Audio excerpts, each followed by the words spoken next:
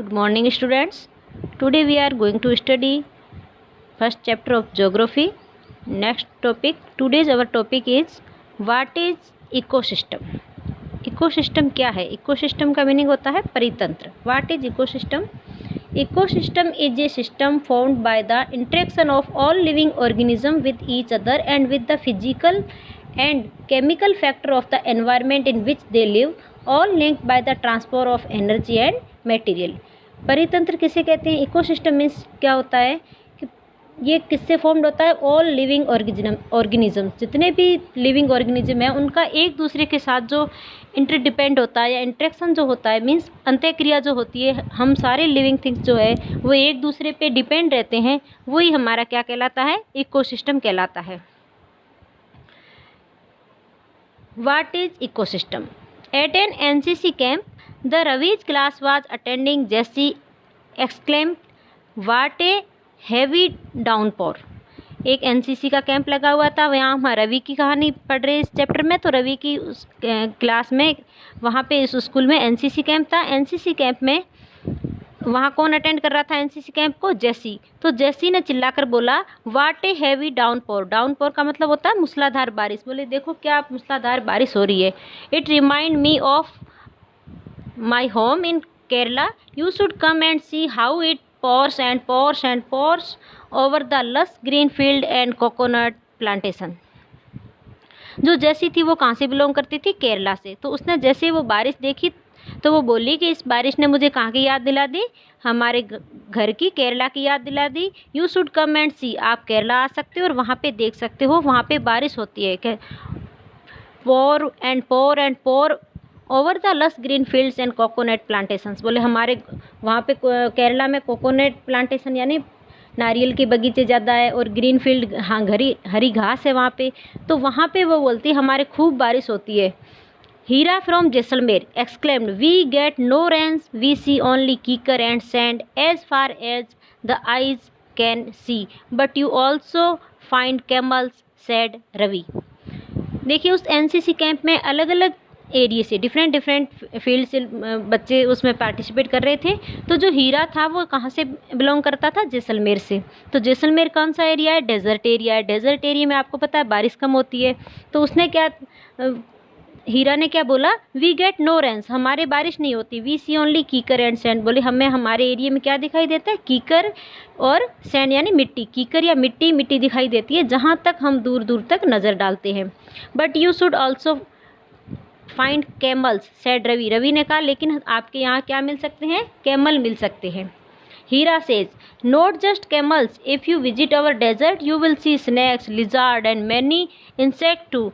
हीरा क्या बोलता है कि सिर्फ कैमल ही नहीं, हमारे एरिया में, हमारे डेजर्ट में यदि आप आओगे तो आपको कैमल के अलावा snakes, lizard and other insects, other कीड़े मकोड़े भी आपको मिलेंगे.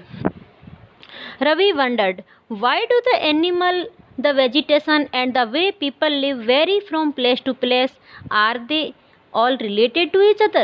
जब ये बात सुनी ना, केरला की बात उसने डिफरेंट टाइप से सुनी, और राजस्थान में जैसलमेर में उसने डिफरेंट टाइप की जब एनिमल्स की बात सुनी, तो वो रवि को आश्चर्य हुआ. क्या आश्चर्य हुआ कि ऐसा क्यों होता है? अलग अलग एरिया में अलग अलग प्रकार के एनिमल्स और अलग अलग प्रकार के वेजिटेशंस मीन्स वनस्पति क्यों पाई जाती है?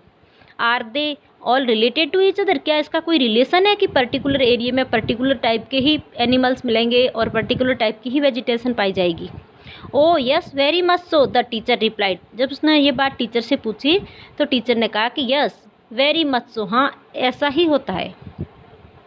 All plants, animals and human being depend on each on their immediate surrounds. जितने भी प्लांट्स, एनिमल्स, ह्यूमन बींग्स, हम सारे हैं, हम किस पे डिपेंड है? हमारे इमीडिएट का मतलब होता है एकदम, हमारे नज़दीकी, एकदम हमारे जो सराउंडिंग, जो एनवायरनमेंट है उस पर हम डिपेंड है. जैसा एनवायरनमेंट होगा उसी टाइप के वहाँ पे एनिमल्स पाए जाएंगे, उसी टाइप के वहाँ पे वेजिटेशंस भी पाई जाएगी.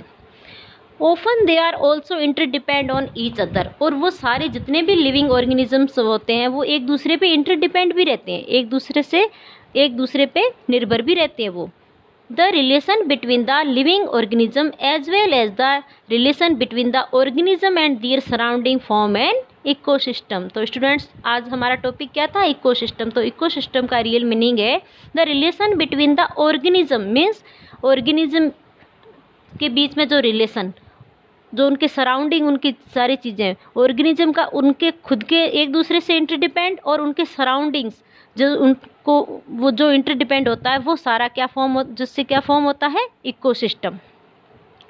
There could be an ecosystem of large rainforest, grassland, desert, mountains, lake, river, oceans and even a small pond. तो हमारे इकोसिस्टम का क्या पार्ट हो सकते हैं? ये सारे हमारे इकोसिस्टम का पार्ट है। Large rain forest, grassland, desert, mountain, lake, river, oceans और even a small pond, means हमारे सराउंडिंग जो भी चीज़ है, जो भी वाटर बॉडीज है, या जो भी लिविंग या नॉन लिविंग जो भी थिंग्स है, वो कहीं ना कहीं हम उन पे डिपेंड है, और जो हमारा इंटरडिपेंड होता है एक दूसरे पे ऊपर, लिविंग ऑर्गेनिज्म का और उनकी सराउंडिंग जो थिंग्स का, यही क्या कहलाता है? इकोसिस्टम कहलाता है। Do you think the park in which Ravi and his friends played formed an ecosystem? क्या अब इकोसिस्टम का जब मीनिंग पता चल गया, तो क्या आप बता सकते हो कि जो पार्क में रवि खेलता था वो भी एक इकोसिस्टम का पार्ट था? यस, वो भी एक इकोसिस्टम का पार्ट था। क्यों? क्योंकि वो खेलने के लिए किस पे डिपेंड थे? वहाँ के ग्राउंड पे डिपेंड थे। तो वो भी जो प्लेग्राउंड था वो भी क्या था? इकोसिस्टम फॉर्म करता था। Now human environment. Human environment किसे कहते हैं? Means environment made by human. Human being interact with the environment and modify it according to their need. देखिए ह्यूमन बीइंग जो है, इंसान जो है, वो एक दूसरे पे इंटरेक्ट कैसा होता है? Environment is modified according to their need, और एनवायरनमेंट को वो मॉडिफाई, परिवर्तित कर रहा है अकॉर्डिंग टू दियर नीड, अपनी आवश्यकता के अनुसार। Early human adapt themselves to the natural surroundings, they led a simple life and fulfilled their requirement from the nature around them. Early people means पुराने ज़माने का जो इंसान था, आदि मानव जो था, वो पूरी तरह से किस पे डिपेंड था? नेचर पे। उसको कोई अदर थिंग से इतना इंटरेक्ट नहीं था। वो हर चीज़ पे कितने डिपेंड था? नेचर पे, प्रकृति पे। क्यों? क्योंकि वो